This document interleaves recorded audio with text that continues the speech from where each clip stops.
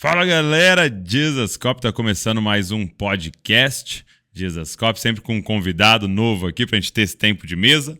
E se você é abençoado pelo nosso conteúdo, se você sempre acompanha e quiser de alguma forma apoiar aquilo que a gente está fazendo, nós temos a loja do Jesuscope com várias literaturas. E eu queria te indicar uma que está sendo lançado essa semana, que é o novo livro do autor Francis Chan, esse americano chinês que lançou o último livro sobre unidade, chamado Until Unity em inglês. Está saindo em português essa semana, que é Até que Sejamos Um. E aproveita que está na pré-venda lá no Jesuscope e está indo com frete grátis para todo mundo que aproveitar a pré-venda, você vai receber aí na sua casa. Então a gente vai deixar o link aqui na descrição, pede aí o seu que a gente te entrega aí na sua casa. Vambora? Vamos pro podcast de hoje.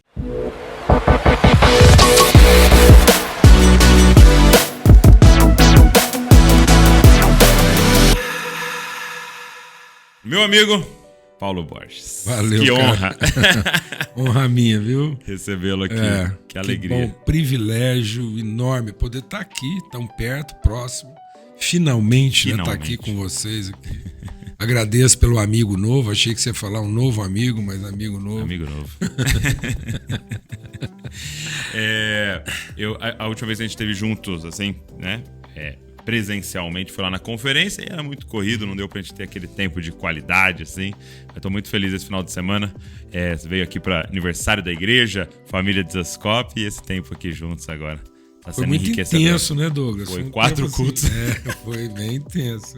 Qual foi a última vez que você tinha pregado 4 vezes no rapaz, domingo? Eu não lembro mais não, velho. Aqui vou te falar. Arrancamos o couro, deixar o couro ali.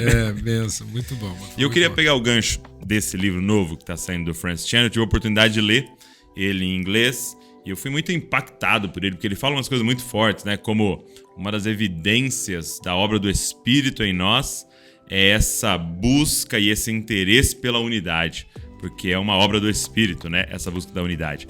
E eu queria te perguntar o seguinte, por que... E eu só posso falar da realidade brasileira, onde eu conheço mais a fundo, nós temos tanta dificuldade com a questão da unidade enquanto igreja brasileira. Ô Douglas, isso não é só uma dificuldade da igreja brasileira. Isso é uma dificuldade da igreja. A gente precisa entender a igreja como uma pessoa. Uma pessoa que nasceu lá em Jerusalém e que vai alcançando a sua maturidade na história. A gente não pode fragmentar a igreja como se ela fosse uma estrutura, uma instituição. Ela é uma pessoa sendo construída. Um homem coletivo. Um homem coletivo, uma pessoa, o corpo de Cristo sendo formado com a consciência de Cristo. Então, nós estamos avançando, assim como nós estamos avançando para a nossa plenitude de expressão, a gente também está avançando para a nossa plenitude de entendimento. E aí a unidade do Espírito representa essa consciência de uma pessoa madura. Então, a falta de consciência da unidade é própria da nossa imaturidade. Então não é simplesmente uma deficiência conjuntural. A gente não pode tratar isso como se fosse um esforço de ordem. Isso é um esforço de natureza. Talvez muitos dos nossos esforços de unidade estejam fracassando, porque a gente pensa que a questão da unidade é de ordem e ela é de natureza. Quando eu olho para o processo criativo de Deus, Deus parte da natureza para a forma. Então Deus diz, nós vamos fazer uma imagem de quem nós somos. Esse é o princípio criativo de Deus. Então, quem ele é expressado numa forma. Então a semelhança vem antes da imagem. Então Deus começa tudo fazendo a partir da identidade, quem ele é. Aí o que ele faz revela quem ele é. Então nós estamos tentando um esforço de produzir a unidade a partir do que nós fazemos e não a partir da consciência de quem nós já somos.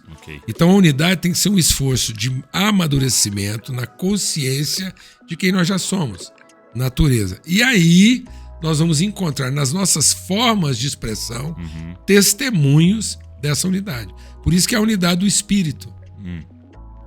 E aí o Francis fala muito bem sobre isso, por quê? Porque não é uma questão de fazer alguma coisa que Deus está mandando, mas é ser a melhor expressão de quem ele é.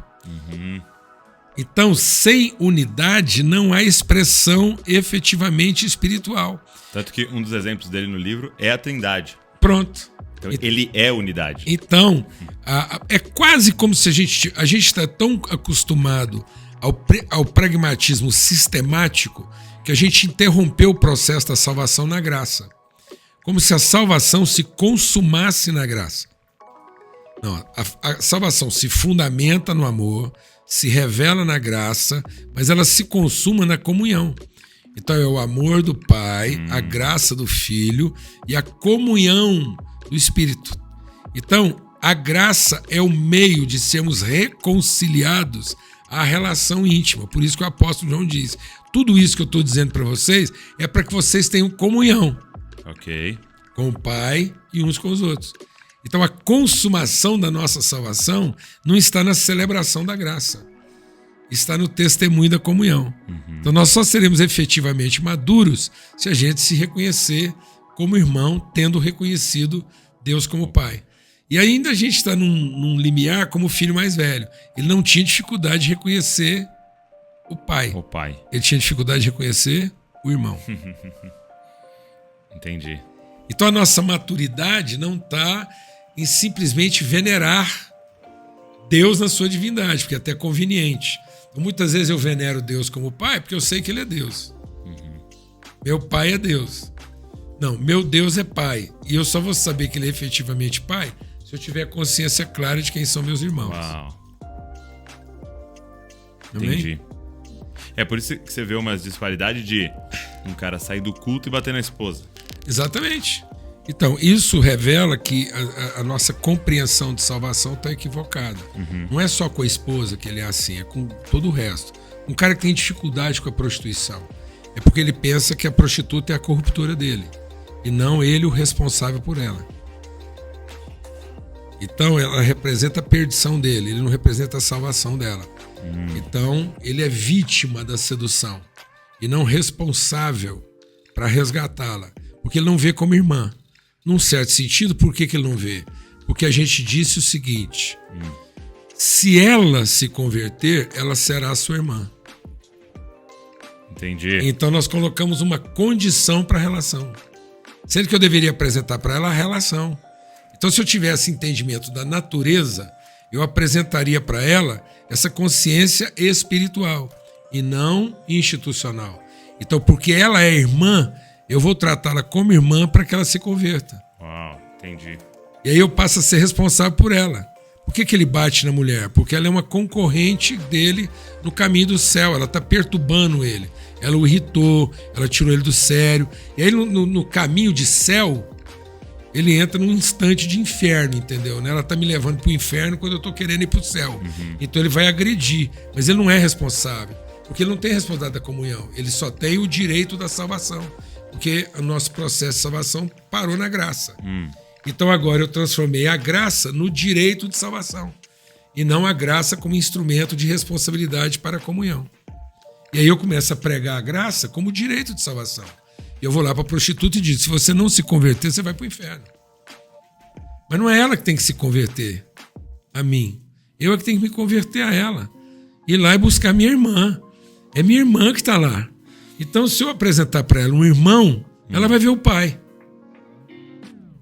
Então, eu estou esperando que ela creia para que eu creia, sendo que eu tenho que crer para que ela creia. Eu sei quem é o pai dela. E eu sei o que o pai dela já fez por ela. Ela que não sabe. Ela pode não saber que é irmã, ela pode não saber que é filha, mas eu sei. Porque eu conheço o pai dela. E porque eu conheço o pai dela, eu sei que ela é minha irmã. Então, ela não tem que escolher ser minha irmã. Ela pode tomar a decisão de ser, porque eu não apresentei para ela a opção de ser minha irmã. Eu apresentei para ela a condição de ser minha irmã. Ela pode se submeter a essa relação ou recusar isso, mas nunca escolher.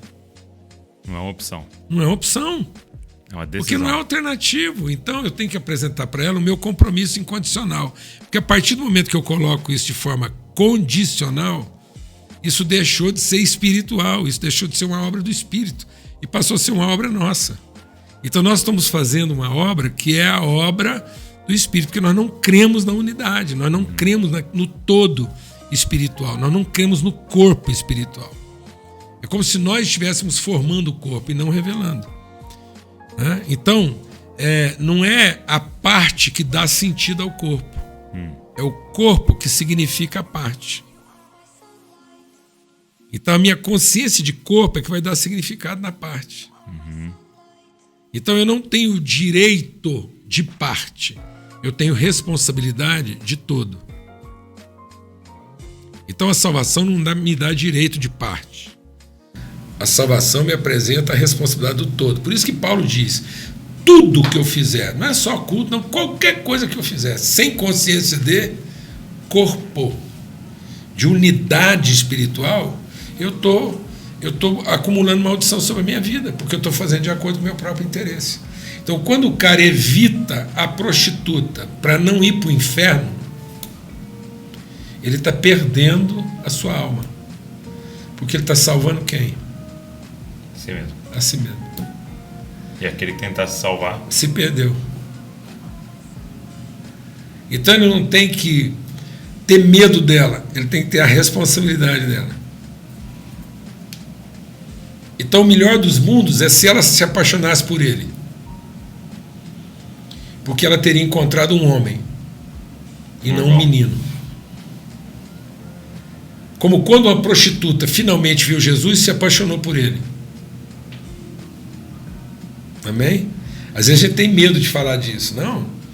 Aquela mulher se apaixonou por Jesus. E pela primeira vez ela encontrou um homem que não tratou ela como menino, que não explorou ela como um benefício, como muitas vezes a gente está fazendo. Porque ela viu nele a possibilidade de quê? De comunhão. De uma relação que não fosse troca. Então muitas vezes nós ainda estamos oferecendo uma relação na base de troca. E por que nós estamos fazendo? Porque nós somos meninos. Então, Paulo diz isso. O filho é filho, não tem nada errado. O nosso problema não é porque tem uma coisa errada. É um certo que não fica bom. Porque a gente está fazendo a coisa certa sem torná-la boa. Porque não está amadurecendo. Então a coisa certa, no menino, está certo. Mas uma coisa de menino que no menino está certo, no adulto não fica errado, deixa de ser bom. Então nós não estamos aqui para corrigir uma coisa errada. Nós estamos aqui para avançar para o entendimento daquilo que é bom. Então a unidade é um processo de evolução, de maturidade, onde a gente se liberta desses elementos protetivos e crê na eficácia da comunhão pelo Espírito. Amadurecemos. Porque um filho, enquanto é criança, mesmo sendo filho, em nada é diferente de um servo. Então, enquanto essa mentalidade for de troca, enquanto eu tiver a disposição para relações só onde eu me sinto protegido ou me traz algum benefício, eu nunca vou entender o que é a unidade do Espírito. Porque vai ser uma relação fisiológica de criança que de alguma forma está procurando um benefício ou interesse. Esse problema ele se estende a todas as nossas relações. Porque a gente não vê o outro como uma responsabilidade, mas como um direito. Por que a gente agride? Porque a gente tem direito sobre a pessoa, porque a gente começou a entender a salvação numa perspectiva de direito. Eu me apropriei da graça como direito e não como responsabilidade em relação. Então a gente começa a entender que a graça me conferiu o direito de ser salvo e não a responsabilidade de cuidar das relações. A graça não salva o indivíduo, a graça salva as relações. Então ela salva o relacionamento da pessoa e não o direito do indivíduo. A igreja é uma pessoa relacional, é um corpo sendo formado, onde a parte não tem significação própria, a parte só tem sentido no corpo. Então o corpo não é um direito da parte, o corpo significa a parte nas suas relações. Então sem consciência de corpo, a parte não tem sentido. Paulo diz isso, né? Que a grande patologia diz, a igreja está... Paulo já falava isso, você vê a questão da unidade. Ele diz, a igreja está doente, fraca, doente e moribunda, porque as pessoas entram e cada um pega a sua parte e não discerne o corpo. Para piorar isso, Douglas, a gente foi ensinado que aquela oração que a gente tem que fazer antes da ceia, olha, agora cada um tome o seu pão, examine a si mesmo, e assim como do pão, porque quem comer e beber indignamente, a gente foi instruindo as pessoas a pensar que aquela oração era a oração que eu devia fazer para saber se eu posso comer o pão. Aí passava o diácono lá e falava... Aí ou então eu faço oração. Então, quem tem direito de comer Jesus, come o resto. Então, se Jesus passou a ser o meu direito de comida e não Cristo a minha responsabilidade de comunhão, ora, se eu olhei para a minha vida e tenho o direito de morder um pedaço de Jesus, arrancar um naco de Jesus para me alimentar, o que sobrou para a esposa? Então, quando a esposa não se comporta, ele vai lá e bate nela, porque ela não é o pedaço de pão que ele merece. Porque ele comeu Cristo porque merecia. Ele não examinou a si mesmo para saber com quem ele ia repartir o pão. Ele examinou a si mesmo para saber se ele tinha direito a comer o próprio pão. Aquela oração não era para ter o direito de comer o pão. Era para saber se eu podia reparti-lo com alguém. Discernir o corpo. Discernir o corpo. E não é verdade que a gente pensa assim? Sim. Então, era uma pessoa que chegou nesse nível de alta aprovação, que ele pode morder um pedaço de Jesus só para ele vai bater na esposa, ele vai agredir o filho, ele vai trair o irmão e ele vai abusar da prostituta. Então, por que ele tem dificuldade com a prostituição? Por que ele tem dificuldade com a pornografia? É porque ele não vê do outro lado uma pessoa por quem ele é responsável. Ele vê do outro lado alguém que responde ao direito dele de ser feliz. Porque, afinal de contas, ele é alguém que está aqui para ser salvo. Para o céu, ele vai ser salvo por Jesus. Do problema imediato, ele vai ser salvo por alguém. Porque ele tem direito à salvação. Então nós obstaculamos, a gente não continuou o processo da salvação que leva para a comunhão.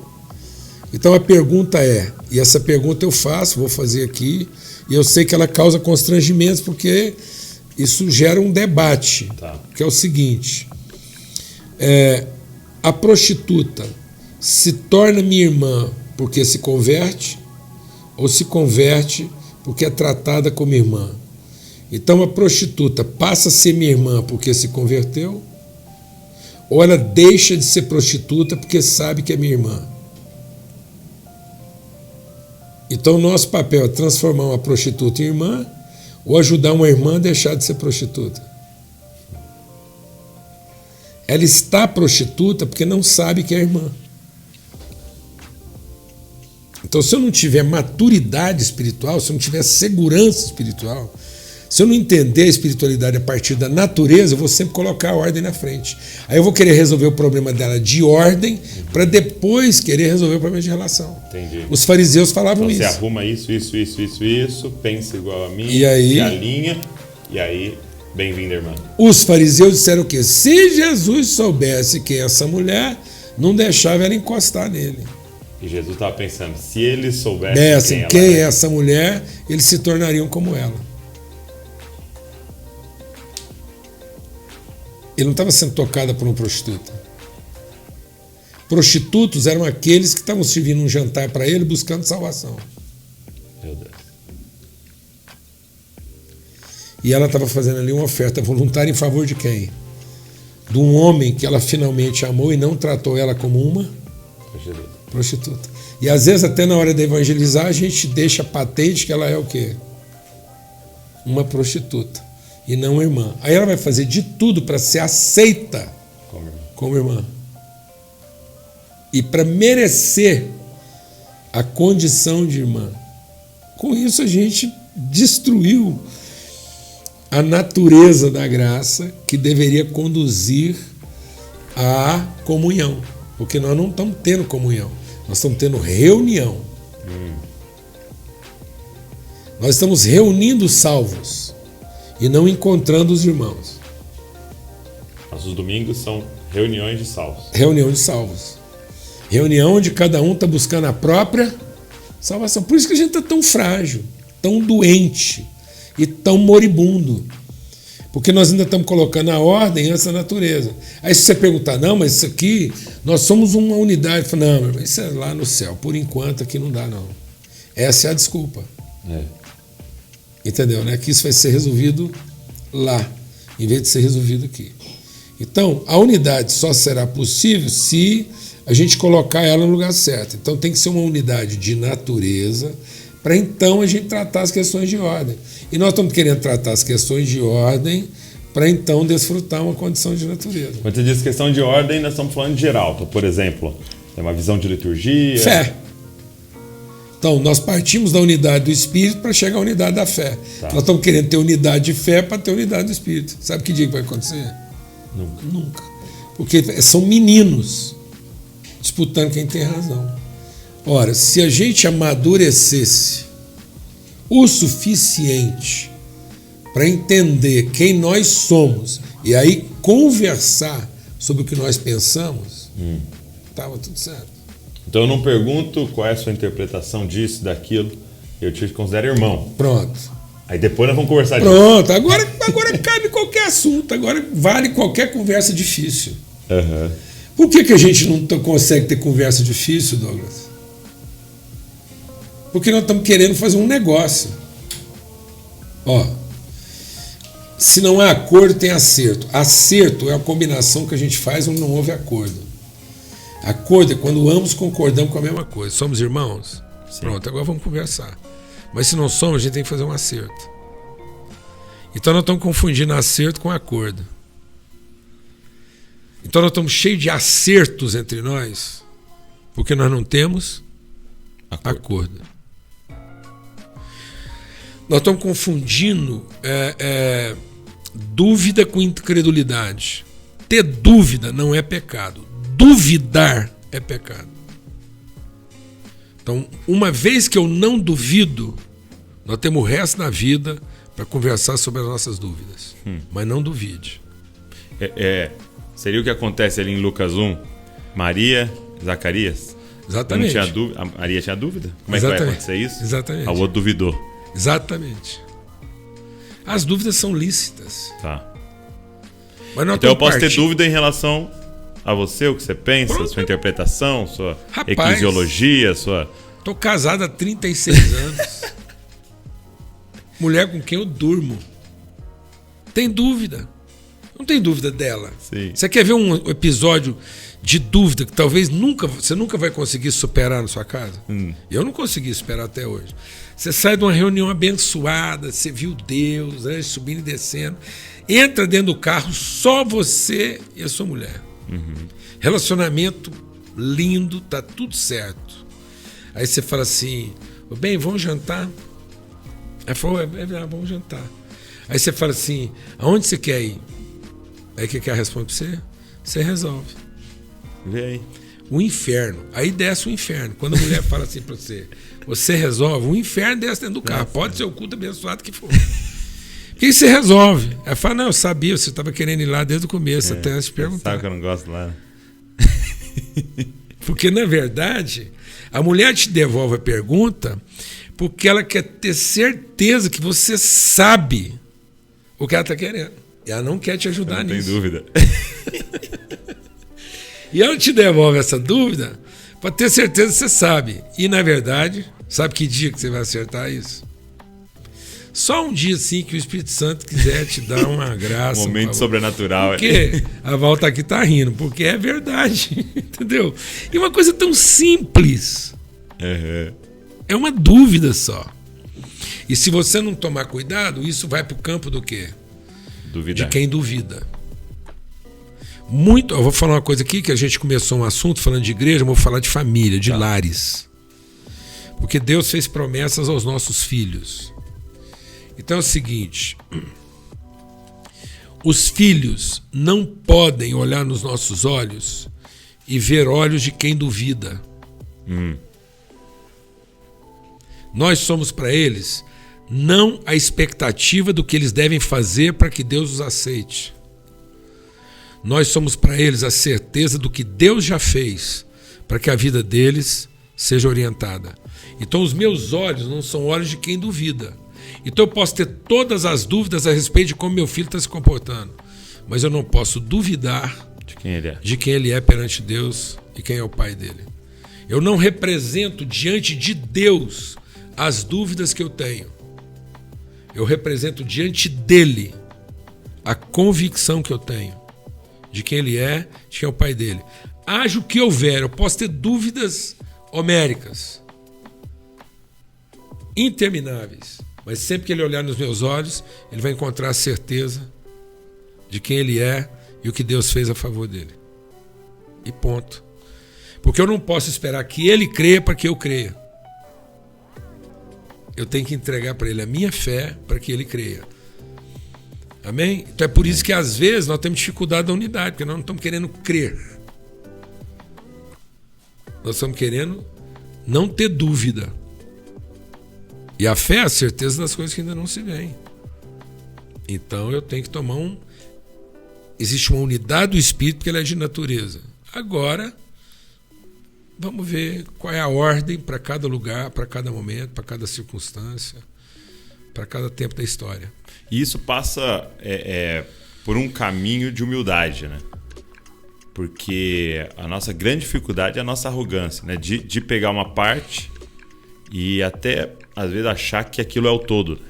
A parte que Deus me conferiu, a minha vocação, o que eu estou vendo, que Deus está me permitindo ver, e achar que aquilo é o todo, e se você não está vendo e não está fazendo como eu estou fazendo, você não é de Deus, provavelmente. Exatamente. Então, tudo é caminho, certo? A gente precisa olhar para o Evangelho e entender o Evangelho como um processo que sempre parte de um ponto intenso e vai se expressando num processo de consciência. Então, tudo é uma semente que plantada se expressa e gera o seu fruto. A mensagem de Jesus nas bem-aventuranças, ela tem uma declaração concisa, conclusiva, absoluta. Onde está a essência de toda a bem-aventurança? Bem-aventurados os miseráveis de espírito, porque deles é o reino dos céus. Ponto. Se ele não quisesse falar mais nada... Ele tinha semente ali. Pronto. Aquilo lá está dizendo todo o resto da bem-aventurança. E aí nós vamos entrar agora nos aspectos subjetivos da bem-aventurança. Então, uma vez que eu sou miserável, eu entendo que a minha relação por Deus é pura e absoluta misericórdia. Zero mérito, zero direito, zero iniquidade. Eu não tenho direito sobre quem quer que seja. As pessoas estão no exercício do seu papel, se me traem, se me ofendem, se não me reconhecem. Eu não tenho esse direito. A relação afetiva não pressupõe esse direito. Deus revelou isso lá no Éden. Ele falou assim, eu vou criar em amor e na largada eu vou ser traído. Para mostrar para vocês que não é uma relação de mérito. É compromisso. Compromisso. Então, os miseráveis. Aí vem o quê? Então, bem-aventurados os que choram. São sensíveis ao pecado do outro. Então, esse absoluto senso de esse esvaziamento, porque Jesus veio para revelar a Deus, ele teve que o quê? Se esvaziar de todo o poder. Do que Jesus se esvaziou? Direito, poder, prerrogativa, presunção. Foi esvaziando. Quem conhecia Deus por direito? Ele, mas ele não teve isso por direito e foi se esvaziando. Então, o ser humano é Deus se esvaziando da sua divindade para ser conhecido de forma absoluta na sua paternidade. Aí eu vou conhecer a natureza de Deus e não o poder. O poder de Deus trabalha a ordem, a natureza de Deus trabalha a relação. E Deus fez tudo conforme a sua natureza, a sua vontade. O poder de Deus está a serviço da sua natureza. Então esse esvaziamento vai me encontrar com quem? Com o Pai, porque eu não tenho nem de Deus nenhuma expectativa de quê? De poder. Eu não estou com ele para o poder. Outro dia uma pessoa virou para mim e falou assim, Paulo, do jeito que você fala, então... Do jeito que você fala que Deus já resolveu, tudo é amor, eu tenho que conhecer a vontade dele, então a gente não precisa orar, não, hein? Eu falei, então me explica. Quer dizer, então, que você ora porque você tem a noção de que se você não orar, as coisas não vão acontecer? Quer dizer que, então, se Deus afirmasse para você que estava tudo resolvido e não precisasse orar, você não orava. Então você está assumindo que ora por interesse. Já era, pegou. Porque se não precisasse da conversa, você não tinha. Então você não está conversando com Deus, você gosta de conversar com Ele e saber o que Ele pensa. Você está conversando com Ele porque precisa. Está vendo? Então a gente tem que ter esse esvaziamento. Uma relação totalmente esvaziada de qualquer tipo de expectativa para ser uma relação... Quero te conhecer. Quero te entender, não. Eu quero te conhecer. Quero ter uma relação com você íntima. Amém? Aí você vai ter o quê? Sensibilidade, tanto para os seus erros quanto para os meus. Eu vou chorar, ué. Eu vou ter essa sensibilidade. Quando eu estou totalmente esvaziado, que entenda a miséria, que eu carrego e que eu fui incluído nisso, então é o seguinte, Douglas, você é um grande amigo, então é o seguinte, se você estiver procurando para trair alguém, fazer alguma coisa ruim com alguém, para de procurar. O seu pior erro, cometa comigo, que sou seu amigo. Não cometa nenhum erro aí com o inimigo, que ele vai acabar com você. Nem com o estranho, porque ele não vai te entender. Se você tiver que errar, erra com quem? Você. Com o seu amigo, ué. Que aguenta. Eu vou saber administrar isso, ué. Então, se tiver que fazer uma lambança, como a gente diz no interior, muito grave, faça comigo. A gente senta e chora. Isso vai fazer com que a gente seja o quê? Limpos de coração. Tá vendo? Sendo limpo de coração, eu vou ser um pacificador, um manso. Porque não vou fazer nada por violência, mas a minha convicção vai saber fazer com que eu seja o quê? Longano. Então, todos os aspectos subjetivos estão nisso. Entendi. Então, aí ele vai para os aspectos objetivos. Então, agora, bem-aventurados os misericordiosos. Então, eu sou miserável sem usar de misericórdia. Foi próximo. Bem-aventurado, entendeu? Aí ele vai vendo lá. Aí você vê como é que a bem-aventurança é uma caminhada de uma semente que forma uma pessoa completa, tanto nos seus aspectos subjetivos como nos seus aspectos objetivos. Então, a natureza estabeleceu uma ordem que vai terminar em quê? Em justiça. Uma cidade transformada, porque começou de um povo que entende a sua condição de miséria e não tem direito sobre si nem sobre quem quer que seja. Não tem nem Deus por direito. Nós, evangélicos brasileiros, precisamos perder o direito que nós adquirimos sobre Deus. Amém? Porque Deus não só virou direito dos evangélicos, como é mais direito de alguns evangélicos. De alguns aí. Se os evangélicos têm direito a Deus no Brasil, alguns evangélicos têm mais direito ainda. Rapaz, nós temos sala VIP. Deixa eu dar uma pergunta bem objetiva assim. Como é que você... Quero entender como é que você olha e pensa quando você ouve, vê algo que você não concorda. Você está na igreja, alguém pega o microfone e fala algo que você não concorda, que não é a sua interpretação, não é a forma que você vê aquilo ali, ou você ouve uma pregação, ou uma atitude de algum líder que você não... Como é que você processa isso? Porque é o que você até ministrou ontem pra gente, a gente está sendo tentado a... Ter o controle. Não. A ter uma frustração. Isso. E até, né, vomitar algumas coisas por causa da nossa frustração. Na Como é que minha você vida pessoal, faz? eu tenho um critério. Qual? A sensibilidade de saber o que é constrangedor do que é comprometedor. Tá. Então, se aquilo que está sendo feito é constrangedor, ótimo, porque a maturidade tem que saber enfrentar constrangimentos. Então, você vai tratar aquilo de uma forma, porque é só constrangedor e os mais maduros têm que ter condição de enfrentar o constrangimento. Agora, se é comprometedor, então você tem que agir com firmeza, porque aquilo pode comprometer a vida de pessoas que não estão preparadas para aquela situação. Tá. Então é um pai. Então você não pode inibir tudo o que é constrangedor, porque senão você não gera gente madura e responsável. E você não pode ser negligente com aquilo que é comprometedor, porque senão aquilo pode afetar pessoas por quem você é responsável. Esse é o único critério. Então às vezes o cara está falando uma abobrinha lá gigante. Mas é uma abobrinha. Dá pra fazer um caldo, uma sopa, um negócio, entendeu? Dá pra... É só... Fazer uma salada. É só constrangedor. Nós não podemos poupar a comunidade nem a nós mesmos de constrangimento, senão nossas relações são por interesse. Se você falar tudo certinho... Não, se as relações só se fundamentam porque todo mundo acerta todas, é interesse. Então nós temos que garantir um grau de descontentamento, de perplexidade, de descontrole, constrangimento. Deus garantiu isso e pondo os meninos para a gente cuidar. Amém? Jesus nasceu bebê. Se era só para resolver o problema de salvação, Jesus já nascia adulto. Aí Deus misturava mais um pouco de barro lá, porque barro não faltava. E fazia um outro homem lá feito do barro e já vinha pronto. Já ia direto para a cruz, resolvia.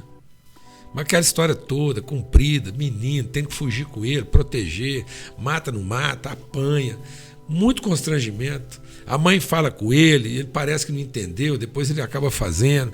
Tá vendo? Então é uma história de tensões e nervos. E nós não estamos querendo ter esse processo de maturidade.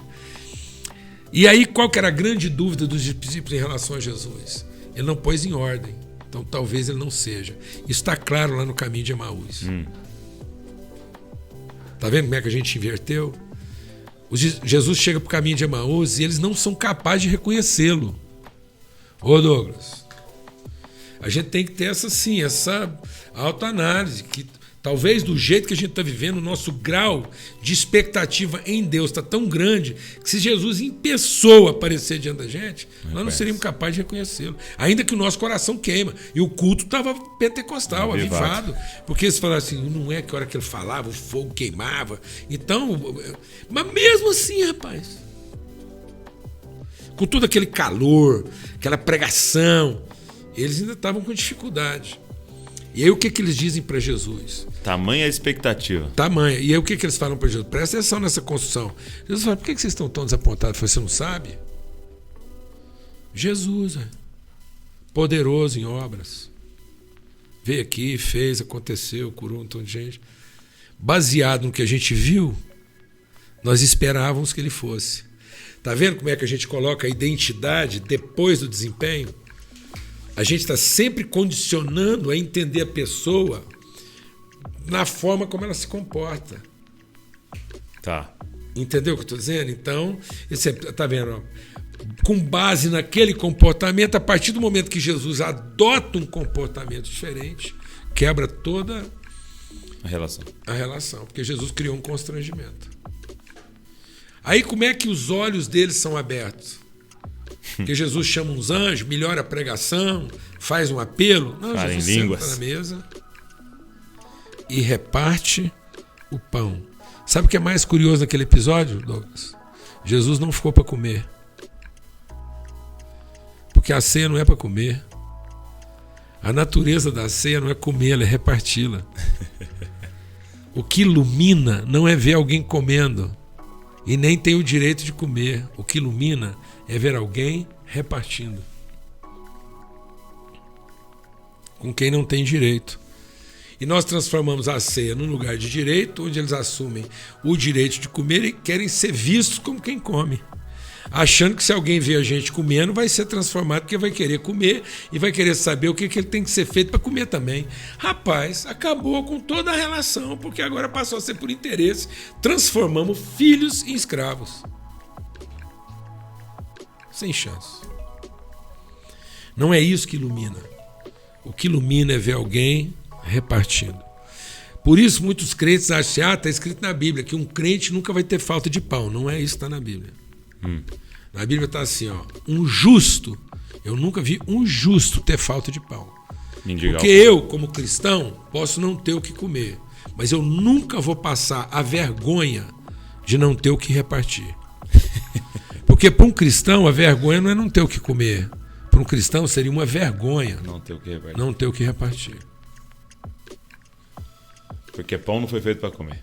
Tá vendo? O pão não é significado na comida, ele é significado na partilha. O que dá sentido ao pão é reparti-lo, não é comê-lo. Qual a melhor maneira de salvar um pão? Rasgando. E repartindo. Porque o pão que você guarda pode perder, mas o pão que você repartiu já está salvo. Já cumpriu o propósito dele. Amém? Você só perde pão guardado. Só perde pão guardado. Quero maná. Pouco guardou. Comida. Tá vendo? Então nós estamos nos perdendo tentando salvar. Então, em vez de a gente ensinar os nossos filhos a serem capazes de se relacionar com pessoas difíceis, nós estamos tentando poupá-los disso. Aí o dia que a gente não estiver lá para proteger, eles não vão saber identificar o abusador. Cuidado, porque às vezes você criou um sistema tão hermético, tão fechado, que funciona enquanto está todo mundo ali. Mas depois um filho seu sai dali, ele começa a achar que é tudo igual.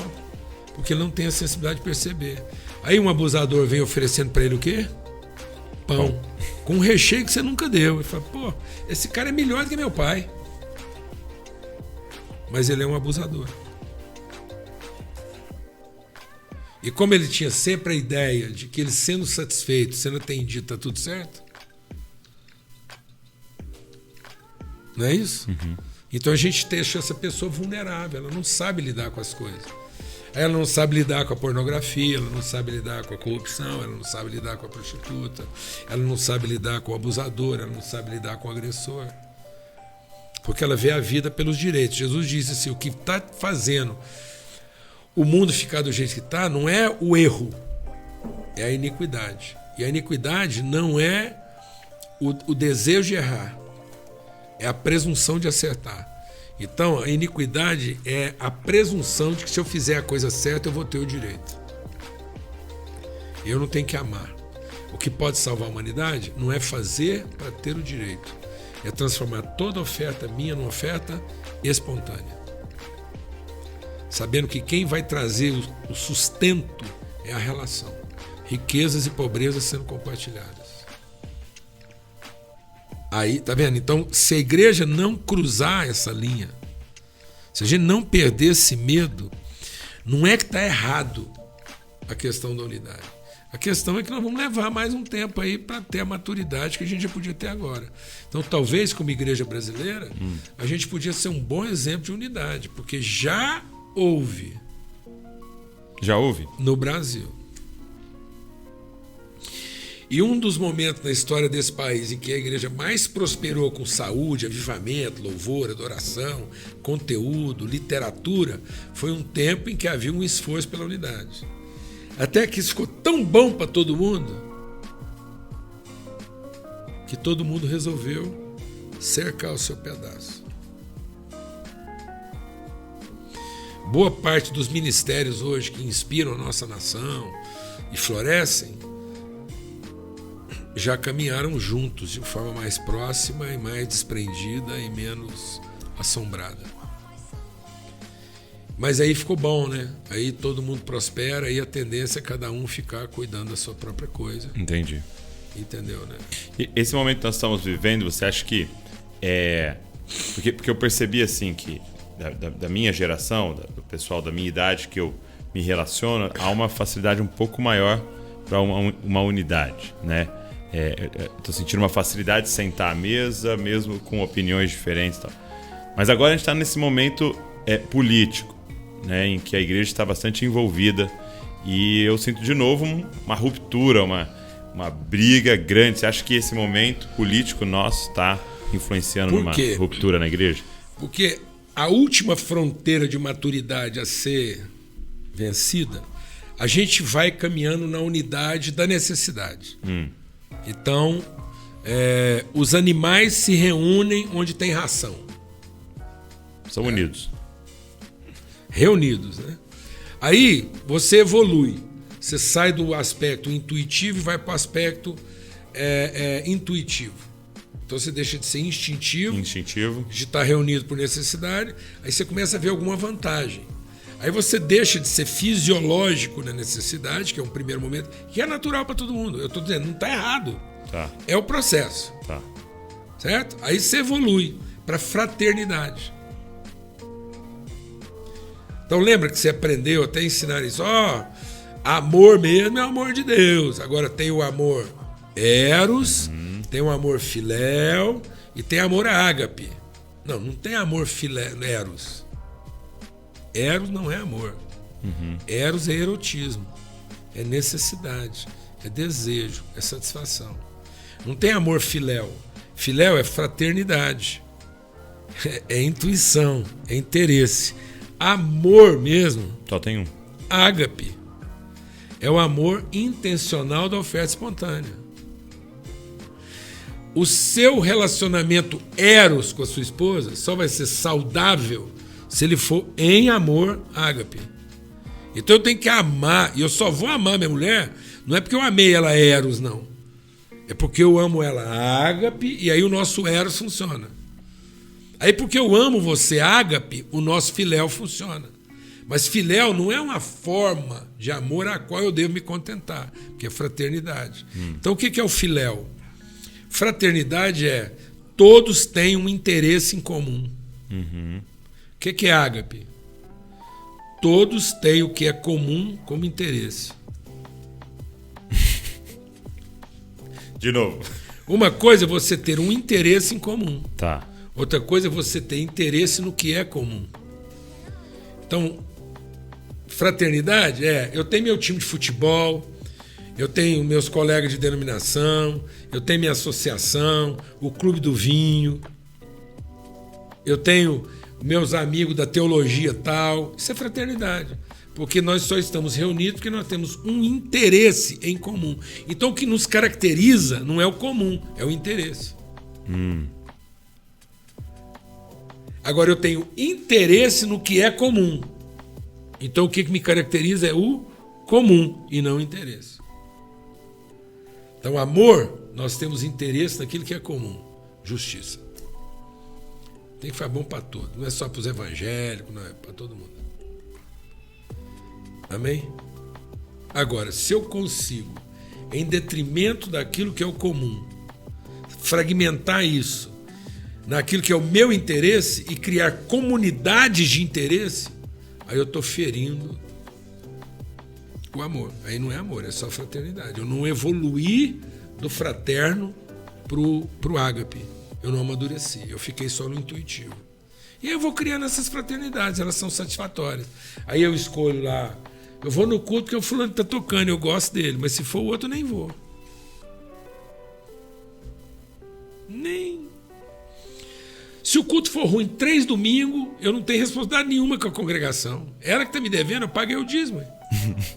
Paguei para um culto bom? Eu paguei para um culto bom, tem 1 ano que eu estou investindo. Os irmãos chegam para mim e falam assim, vou mudar de cidade, você tem uma igreja para recomendar? Eu falo assim, procura que tiver pior lá e membro, porque deve ser quem está precisando de você. Vou começar a vai responder lá para uma isso. igreja que você pode ajudar, levantar, assiste uns 3 cultos, fala assim, pastor, eu vim aqui, a banda não presta, sua pregação é muito fraca, mas Deus me levantou, estou aqui, vou te dar uma força. Pode todo mundo ir embora, mas estou aqui para dar. Esse trem tem que funcionar, ué. Meu Deus. Só que a gente está atrás de uma prestação de serviço, né? Meu Deus, o que nós viramos, rapaz? A pergunta que eu faço é, você vai na padaria por causa do pão ou por causa do padeiro? Se o pão não prestar, você volta? Não. Então é porque o padeiro não é seu irmão. Porque se fosse, você agarrava com ele até a padaria ficar boa. Já fizemos isso muitas vezes. Às vezes eu vou num restaurante e vejo que o trem tá ruim. Sento com o garçom, sento com o dono, falo, irmão, eu tenho que agarrar aqui, esse trem aqui tá muito ruim. Entendeu? Aí dá opinião, ajuda. Você tá achando que eu tô brincando? É o seguinte, tem um irmão que muito querido. Tá. Muito querido. E aí ele entendeu isso. Ele um dia chegou para mim e falou, Paulo Júnior, tem um cara aí que deu uma quebrada, uma desarrumada, ele abriu lá um restaurante, um grill lá, tô reunindo os amigos tudo, para ele dar uma força pro cara, queria que você fosse. Falei, não vou poder ir, marca outro dia, vai lá, outro dia eu vou. Aí passou o almoço, ele virou para mim e falou assim, rapaz, ainda bem que você não foi. Eu falei, quem foi? Não, ruim demais. Fiquei na maior vergonha com os irmãos. Mas eu fiz o seguinte, eu já aprendi a lição, despedi os irmãos, todo mundo foi embora, sentei com o cara, falei assim, não tem condição. Eu vou vir aqui agora, 3 vezes por semana, te ajudar esse negócio ficar bom. Você é meu irmão. Tá vendo? Não é uma fraternidade, é uma responsabilidade. Você imagina, rapaz. Você imagina eu ver meu irmão pregando mal e falar assim, eu vou ajudar o cara. Vou ligar pra você até essa pregação alinhar. Meu Deus, agarrar com ele, esse cara tem que sentar com ele 3 vezes. Porque ele pregando mal tem coragem, imagina ele estiver pregando bem. Entendeu? Então assim, vamos aproveitar a coragem dele, vamos melhorar, ué. Eu não tô, isso é sério. Porque eu não tinha uma expectativa sobre ele, mas eu me sinto responsável. Pronto. Então eu ultrapassei o limite do fraterno. Eu não estou ali numa disposição fraterna. Eu não estou criando uma fraternidade. Estou formando uma família. Porque é assim que a gente faz com os filhos, Douglas. Sim, verdade. É assim que a gente faz com os irmãos. Amém? Amém. E a igreja é uma família. É assim que a gente é. Eu falo para alguns irmãos, eu falo assim, ó, eu queria congregar na sua casa, mas não quero congregar na sua igreja. Porque lá na sua casa, qualquer um que chegar sem avisar, senta na mesa e come. Aqui na sua igreja, se dependendo da hora que o cara chegar e comer, ele chegar, ele não come. Então há mais justiça lá entre os seus parentes do que aqui no meio da família. Eu pergunto para os caras, eu falo assim, escuta, lá na sua casa é o seguinte, senta todo mundo para comer e você faz um checklist para ver quem merece almoçar. E se não merecer, não come. Eu falo, de jeito nenhum. Eu falo, então você é melhor do que Deus. Porque lá na sua congregação, onde você representa Deus, não é assim que funciona. Então eu prefiro frequentar a sua igreja do que a igreja do Deus que você está pregando, porque lá na sua casa você é mais justo do que o Deus que você anuncia. Você é mais cheio de misericórdia. Eu pergunto assim, na boa, eu sei que isso pode ser, mas você entende que não é, não estou falando de uma questão dogmática, doutrinária. Uhum. Eu pergunto para os caras, falo assim, a partir de quantos anos você falou que o seu filho era seu filho e deu seu nome para ele?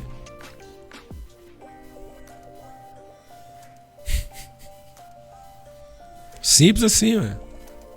Simples assim, Douglas. Lá na sua casa, a partir de quantos anos seu filho recebeu o seu nome? Você foi lá e pôs seu sobrenome no nome dele e chamou ele de filho. Ou você esperou ele ter idade suficiente para querer ser seu filho, e se ele quisesse ser seu filho, você aceitava ele como membro da família?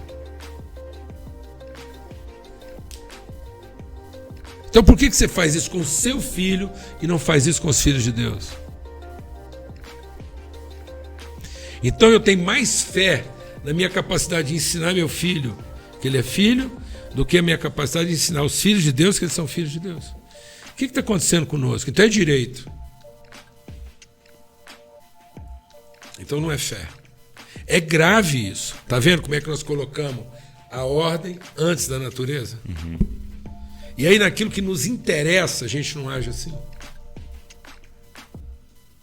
Naquilo que nos protege a gente não age assim. Então, ou nós vamos encarar um evangelho de verdade, que vai esticar nossas medidas, que vai dilatar nossa forma de pensar, e que nós vamos assumir riscos assim imensuráveis, mas é um evangelho de verdade, de uma oferta espontânea, ou nós vamos ficar aí com essa coisa, entendeu? Meio mesclada de religiosidade, em que depois os nossos filhos acreditam até um certo ponto, depois eles não veem verdade naquilo. Não vem verdade naquilo. Sim. Você, uma vez numa live você me disse que você já está há 30 e poucos anos. Isso. Nessa corrida, nessa vocação pela unidade. E que você recebeu essa palavra de João, né, como um consertador de redes, né? Exatamente. Para que elas não arrebentem quando for tiver a pesca. E eu queria te perguntar quando é que isso se tornou consciente para você na sua caminhada. Você tem assim uma memória dessa vocação, dessa direção de Deus? Eu me converti quando eu ia fazer 15 anos. Meu pai era conselheiro da igreja, eu era filho de um dos presbíteros mais queridos da igreja. Uma igreja muito querida, o pastor da minha igreja era um pastor muito querido, um homem Uberlândia? de Deus. Uberlândia. Uma igreja presbiteriana redonda, assim, tudo funcionava. Mas porque meu pai era presbítero, eu conhecia a igreja legal, mas também eu conhecia algumas coisas lá dos bastidores lá, assim, porque passava lá alguns esquemas, eu via a dor do meu pastor lá, porque às vezes ele nem sonhava o que estava acontecendo, eu via a luta do meu pai, a angústia dele, de tentar trazer uma coerência, enfim. E aí eu olhava para aquilo assim, rapaz, e eu falei assim, e aí eu me tornei uma pessoa assim muito rebelde, muito inquieta. Então, aos 14 anos de idade, eu não tinha mais nenhuma escola para estudar na cidade. Eu tinha sido expulso de todas as escolas públicas da cidade. Eu vi isso fazendo um stories. Olha aqui, eu fui expulso dessa escola. Então assim. E aí, quando eu ia fazer 15 anos, meu pai sentou comigo e falou assim, eu tenho mais 2 filhos para criar, não é só você. Eu não estou sendo justo com os seus irmãos, você está ocupando todo o tempo deles. E apesar de você não ter idade, vi que você não quer a minha educação. Então você fala para onde você quiser ir, o que eu gasto com você aqui eu mando para lá e você se vira. Eu sabia que ele estava falando sério, porque apesar de eu ter 14 anos, eu era bem já crescido, era homem. E aí, mais 2 semanas depois, chegou um povo lá de Goiânia, avivado, um povo vendo Deus. Aí eu falei, uai, esse Deus aí faz sentido. Vida. O povo perguntava assim para mim, quando é que você vai fazer sua pública profissão de fé, né? Quem é presbiteriano sabe o que eu estou falando. É batizado com criança, depois tem que fazer a pública profissão de fé. Eu falei, eu vou fazer minha pública profissão de fé quando eu tiver mais de 70 anos e não tiver mais nada interessante para fazer. Eu falava isso já para provocar. Mas meus amigos, tudo convertendo e tal, mas eu não via sentido naquilo.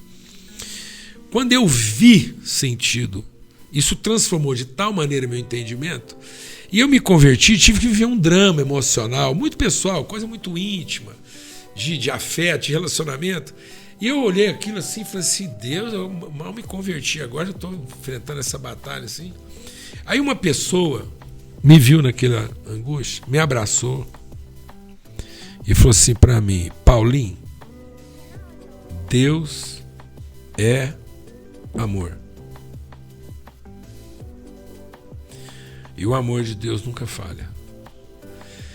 Essa palavra entrou lá na minha interioridade.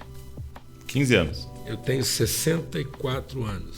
Se você tirar tempo para prestar atenção naquilo que eu estou pregando, eu falo muito da mesma coisa. Tem gente que acha que eu falo muita coisa.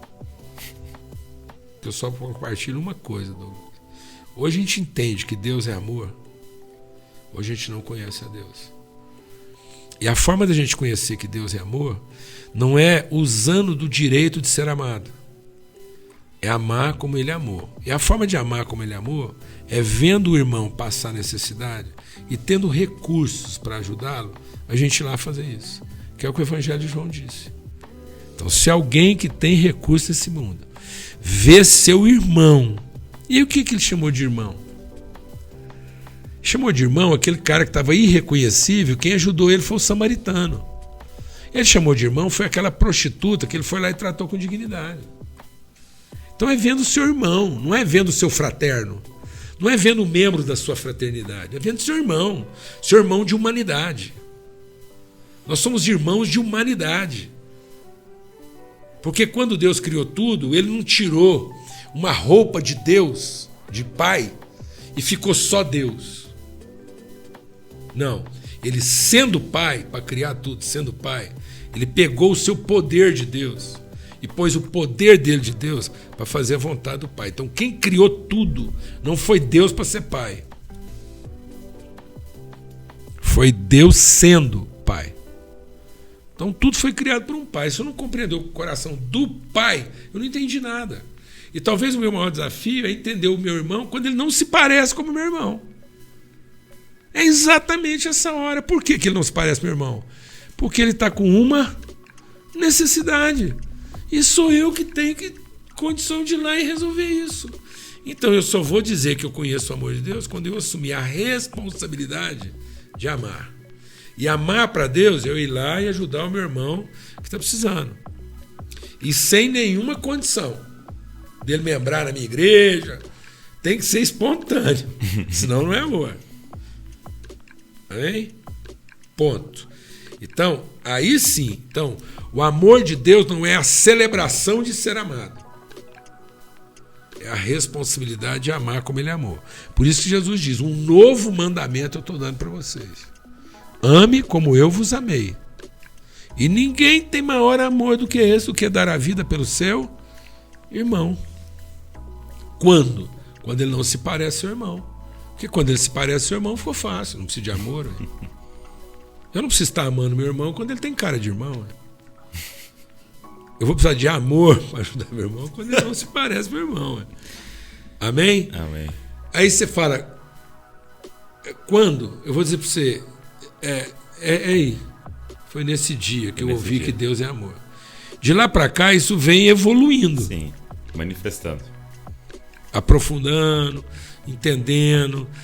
Cada dia a gente vai ficando assim mais livre, entendeu? Mais assim, a ansiedade vai reduzindo, entendeu? O controle vai diminuindo, porque você vai amadurecendo em certas coisas. Também você vai ficando mais sensível. A gente vai ficando, às vezes, até mais rigoroso com certas coisas. Por outro lado, vai ficando mais flexível com outras. É um amadurecimento. E até puxando esse gancho, deixa eu fazer uma pergunta. Como é que... eu percebo que aquilo que você compartilha, aquilo que a gente conversa nas mesas ou numa pregação, é fruto de bastante reflexão, como você disse, uma coisa só. Exatamente. Né? Meditação é uma coisa só. Como é que é, assim, esse seu tempo devocional, esse seu tempo na palavra, assim, você tem, assim, um horário que você gosta, assim, ou é uma coisa mais espontânea? Geralmente, quando todo mundo está dormindo, não tem nada acontecendo, porque eu tenho uma facilidade muito forte de dispersão. É mesmo? Eu posso me distrair muito facilmente, porque às vezes eu vejo alguma coisa, quero consertar. Por exemplo, se eu entrar na minha sala para trabalhar e tiver alguma coisa fora do lugar, já vai me atrapalhar, porque eu vou querer arrumar aquilo antes de mesmo? Então eu tenho essa dificuldade. Então eu sempre produzi mais, a hora que está todo mundo... Mas acordando antes de todo mundo ou dormindo depois de todo mundo? Geralmente dormindo depois. Entendeu? Eu tenho assim, às vezes eu sou meio... Eu entro. Não tenho dificuldade para dormir, então qualquer hora que eu deitar eu durmo. Tá. Entendeu? Se eu estiver aqui e fala, vamos dormir ali 15 minutos, então eu deito lá, durmo 15 minutos. Não tem essa dificuldade. E então, e aí eu também não tenho dificuldade de dormir pouco. Então, às vezes eu entro mais e eu prefiro isso. Agora, uma coisa que foi essencial na minha vida é eu entender que a vida tem que ser devocional. E numa vida devocional, eu me alimento de certas coisas. Igual, por exemplo, no café da manhã você come um tipo de comida, no almoço você come outra, no jantar você come outra. Então, eu posso me alimentar de várias coisas dependendo do horário do dia, mas tudo é devocional. Eu não leio um jornal diferente do que eu estou lendo a Bíblia. Porque para mim tudo é espiritual. Por isso você prega sobre rolamento. Rolamento. Então, para mim, tudo é espiritual. Entendeu? Porque nós estamos num mundo dentro do reino. O reino de Deus. Então, se eu entendi o reino, está tudo dentro do reino. Então, eu tenho que ter uma mente devocional, uma vida devocional. Então, se eu estiver no trânsito, conversando com você, ouvindo uma música, então, para mim não existe. O cara fala assim, você escuta música secular? Eu falo assim, geralmente é secular porque é desse século. Não, tu fala música mundana. Eu falo, não consigo escutar as músicas celestiais, não. Todos que eu escuto é do mundo aqui agora. Porque para mim, por exemplo, eu posso ser ministrado por Deus ouvindo o melhor adorador que a gente vê, o cara que me arrebata lá, e eu tenho esse momento, mas posso ouvir uma asneira de um cara lá, porque ele me ajuda a entender espiritualmente o que esse mundo está pensando. E se eu tiver preconceito, eu não ouço aquilo devocionalmente. Porque eu transformei a minha devoção num pedaço da minha vida. Então minha vida ficou fragmentada. Aí eu tenho um momento devocional, um momento profissional, um momento familiar. Não. Nós somos espirituais. Tudo. Então eu estou com a minha esposa, é espiritual. Estou com você, é espiritual. Estou fazendo uma viagem, vamos para o restaurante, então eu tenho que estar atento, ligado. Sensível, porque a qualquer momento você pode perceber uma coisa que o desatento não perceberia, simplesmente porque você não está no seu momento devocional. Então, beleza. Quando você me pergunta o seu momento devocional, eu sei que você está me perguntando. É o tipo de comida que eu como. Pronto. Sim, entendi. E outra. Já vou compartilhando também para ajudar. Eu não tenho dificuldade de comer. Sabe assim, eu acho que às vezes está faltando um pouco as pessoas relerem o que elas já leram. Não tem dificuldade de comer comida requentada? Não, de ir lá, buscar. Aliás, tem alguns atores que eu estou sempre voltando neles, entendeu? Porque ajudaram a formar... Alguns autores? Exatamente. Então você relê livros? Hã? Você relê alguns livros? Com certeza. Com certeza. Eu mais releio do que leio. É mesmo? É. Porque é o seguinte, o principal livro da sua vida é um livro de releitura. E é uma biblioteca. Então é um princípio. Sim. Tá vendo? Porque que é um livro de meditação, né? Pronto, porque senão você fica superficial. Entende? Então nós temos que tomar esse cuidado de não não tornar superficial no entendimento. Então algumas releituras são importantes para que você possa mergulhar águas mais profundas. Porque às vezes na primeira leitura você teve contato com o pensamento dele. Na segunda leitura você tem contato com as emoções, os sentimentos dele. Depois você vai entendendo a cultura que ele estava inserido. Aí ele passa a ser alguém que faz parte da sua vida e não alguém de quem você aproveitou uma ideia. Entendi. Alguns autores na nossa vida, você tinha que ter uma releitura deles a tal ponto que se você os encontrasse, você ia ter a sensação que eles te conhecem, porque se conhece ele. Nesse nível. Aí a última coisa que você ia querer pedir dele é um autógrafo. Uma foto. Você queria dar um abraço, uma saudade, rapaz. Então. Quanto tempo? Então, alguns autores da minha vida, eu tenho a sensação que eu quero dar neles um abraço. Entendeu? Não quero um registro. Entende? Já tá dentro de você, né? Isso! Porque o cara tá lá dentro, ele faz parte da minha vida, ele faz parte da minha família. Meus filhos são os que são porque eu estou entregando isso. Eu posso te perguntar alguns autores que foram isso na sua história? São, né? Olha, acabei de citar um autor aqui que eu peço que nem que seja uma vez. Todo mundo está ouvindo aqui, leia pelo menos uma vez. Dom Richardson, Fator Melquisedeque. Tá. Como a igreja brasileira precisa fazer pelo menos uma leitura do que ele fala lá em Fator Melquisedeque. Ele apresenta o fato absoluto de que não somos nós que levamos Deus às culturas e aos povos. O Deus deles é que nos levou lá. Nós não estamos levando o nosso Deus para eles. A sinceridade deles em evocar Deus está sendo respondida através da nossa vida. Nós somos a resposta e não a proposta. Para traduzir. Isso. Eles estão sendo uma tradução fiel, estão fazendo uma interpretação equivocada. O Fator Melquisedeque ajuda muito. Recomendo ler assim Larry Crabb. Larry Crabb? É. Qual deles, assim, você diria? Porque o Larry Crabb vai ajudar muito a nossa psicologia, o nosso atendimento psicológico, principalmente as nossas relações, foi para um lado muito clínico, pragmático, pouco filosófico. E o Larry Crabb é um cara que ele conseguiu entender saúde emocional na palavra de Deus. Então, assim, e principalmente na questão da relação. Tem um livro dele que nem é publicado mais, porque não fez sucesso, né, que é O Lugar Mais Seguro da Terra. Rapaz, e ele fala que não há cura fora da comunhão. Então, já que nós estamos falando aqui de unidade do espírito e tal, então, assim, não há cura fora da comunhão. O lugar mais seguro da Terra. É. Você vai achar isso talvez em PDF, alguma coisa, um sebo. Tá aí, ó. Vamos procurar. Vamos atrás? Vamos atrás? Vamos.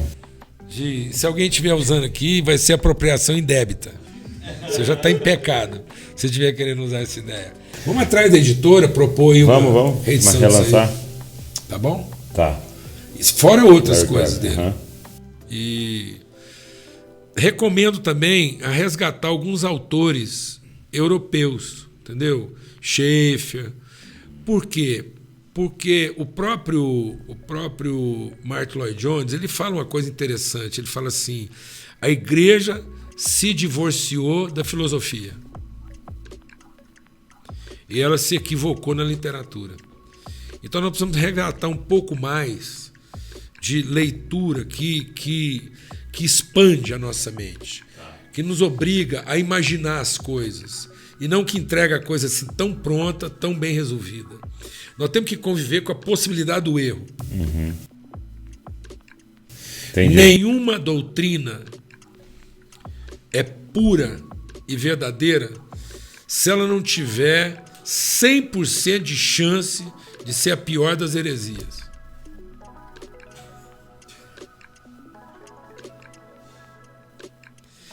Se uma doutrina não tem chance de ser a pior das heresias, se você desenvolveu um pensamento doutrinário que está garantido, ele já está comprometido. Que ele já é uma interpretação. Ele já é uma interpretação protegida. Ele não promove a liberdade. É uma doutrina com um residual de medo. E uma desconfiança do espírito. Tá vendo? Então, ou eu tenho 100% de chance daquilo ser entendido ao contrário, ou então eu ainda estou ensinando crianças. Então nós perdemos muito disso. Então nós precisamos voltar um pouco do pensamento. Você me falou uma vez que os autores americanos são um pouco mais pragmáticos. Bem mais pragmáticos. E é legal, é bom, mas... Porque a cultura americana ela tá certa. Nós precisamos da literatura americana. Aprender a colocar mas em prática, não para fundamentar processo. Nós precisamos da literatura americana para desenvolver processo. Entendi. Então, alicerce é muito mais com as literaturas europeias. Com certeza, principalmente porque elas têm uma proximidade maior. Entendeu? A cultura, a arte tem uma proximidade maior da origem. Por isso você diz com o Brasil. É uma história. Então pensa o pensamento sendo formado na história. Agora pensa o ser humano como uma pessoa na evolução. Então, qual é a principal literatura nossa? Foi gerada lá em Israel.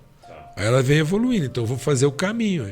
Então qual é a literatura que está mais próxima do modelo original?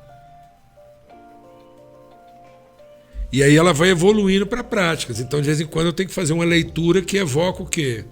As relações. Entendeu, né? Então eu tenho que entender isso de forma orgânica, eu tenho que entender isso como uma história sendo contada e não como um conteúdo sendo repartido. Nós não podemos continuar lendo as pessoas como se aquilo fosse um conteúdo que está sendo repartido. Aquilo para funcionar tem que ser entendido como uma única pessoa sendo construída. E aí eu não posso perder essa relação com a própria história, com os conflitos. Por exemplo, a Europa é uma coxa de retalhos, de conflitos raciais, relacionais, poder, cultural. Então você pensa, um evangelho para sobreviver na Europa? Então os nossos conflitos aqui, sociais, culturais, artísticos, são mais parecidos com a realidade da Europa ou da América? Aí nós estamos querendo, às vezes, de forma direta, praticar uma coisa onde ele não tem esse conflito. Não tem o contexto, não tem o ambiente para isso. Não tem um contexto multicultural, fragmentado, milenar, histórico, pesado, lá, pá. Entendeu? A Europa você tem que contar a história. Poxa, apliquei o método e não deu certo aqui. Não, entendeu? Entende o que eu estou dizendo? Entendi. Nos Estados Unidos nem bruxaria tem direito. No Brasil nós temos uma bruxaria do ignorante. É uma galinha, uma garrafa de pinga, uma farofa e a entidade está satisfeita. Rapaz, pra você fazer bruxaria na Europa, tem livro dessa grossura. Tem que buscar uma erva não sei aonde, um osso não sei o quê. Dá um livro, dá uma enciclopédia, tem que interpretar, mexe num tacho, leva horas, vira uma poção, tem que curtir não sei quantos dias, tá vendo? Ou seja, aqui nós estamos lidando com espíritos que são o quê? São a parte mais baixa da... que é uma coisa assim, meio... uns capeta meio assim, rápido, entendeu? Mas lá não. Você chega na Europa, você está lidando com a capetada intelectualizada, rapaz. Eles escrevem livros sobre os envenenamentos, um negócio assim sofisticado. Então, na medida que o Brasil está evoluindo, nossas entidades estão evoluindo. Nossos enfrentamentos espirituais estão evoluindo.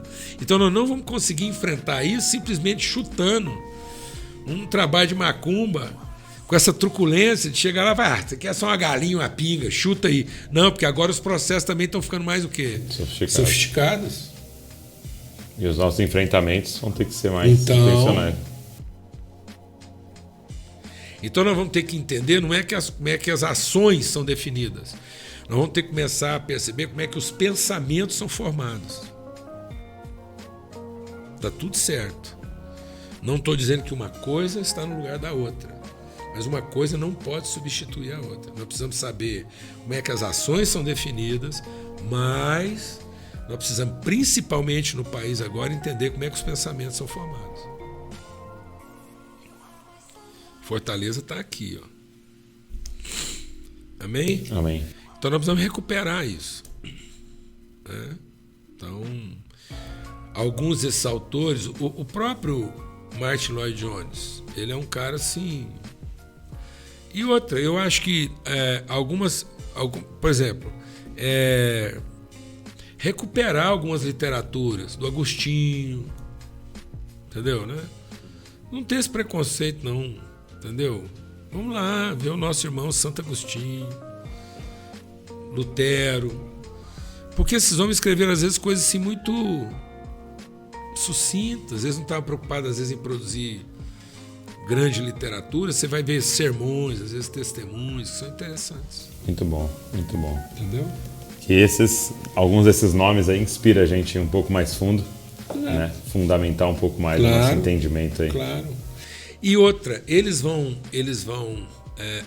existe uma coisa que é muito importante na cultura oriental e europeia, que é a cena cultural da epopeia. Apocalipse é uma epopeia. Não é uma batalha campal igual nós estamos acostumados a ver aqui. Não, é uma epopeia. O que é uma epopeia? Epopeia é um cenário onde há muitos personagens heróicos e não um único herói. É um cenário grandioso, envolvendo culturas, movimentação de gente, de povo. Ele arremete o imaginário, a fantasia, porque ele tem vários heróis, ele tem vários personagens. Enquanto às vezes um herói está matando 100, tem um cozinheiro aqui resolvendo um problema. Então, são distintas formas de heroísmo e de representatividade. Isso estava espelhado nas cenas de cultura europeia, nas óperas, entendeu, né? Nos espetáculos. E isso foi sendo um pouco perdido, isso foi sendo filtrado, porque nós começamos a ter espetáculos mais o quê? Cenográficos do ponto de vista objetivo direto. Nós substituímos o teatro, os espetáculos, a ópera e tal, pelo cinema, que a coisa acontece e onde principalmente existe o quê? Personagem principal. Um herói. E quando existe mais de um, eles têm até conflito entre eles para saber qual é o maior deles. E o pau quebra lá na... Como é que chama lá? No filme lá, que o Batman matou o Super-Homem, o pau quebrou lá, o trem lá ficou feio, custaram a consertar aquilo. O Capitão América, e todos de modo emblemático, fazendo defesa de uma única cultura. Na epopeia é uma coisa mais grandiosa. Ela é mais...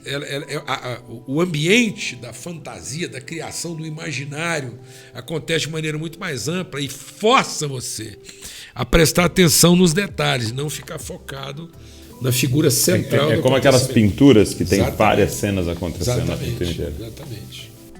Então a história bíblica não é a história de um herói que triunfa isoladamente. A história bíblica é uma epopeia. São vários personagens fazendo parte dessa história e contando a história do personagem principal. O personagem principal está tipificado em várias outras personalias que têm o seu papel na história. Por isso que na epopeia era importante a genealogia.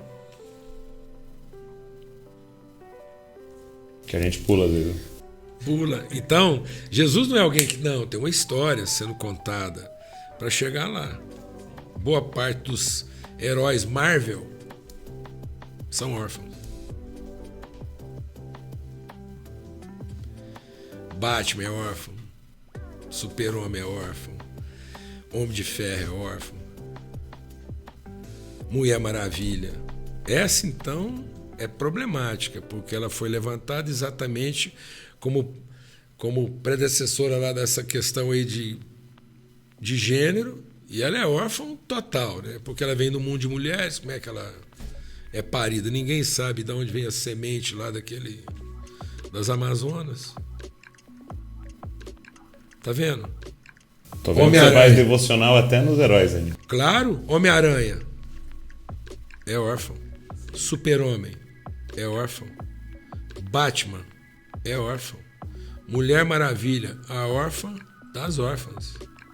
Capitão América, quem é o pai dele? Órfão. Todos engajados com um propósito, uma meta, uma responsabilidade, mas imbuídos de um poder. Hulk, órfão. Tudo órfão, rapaz.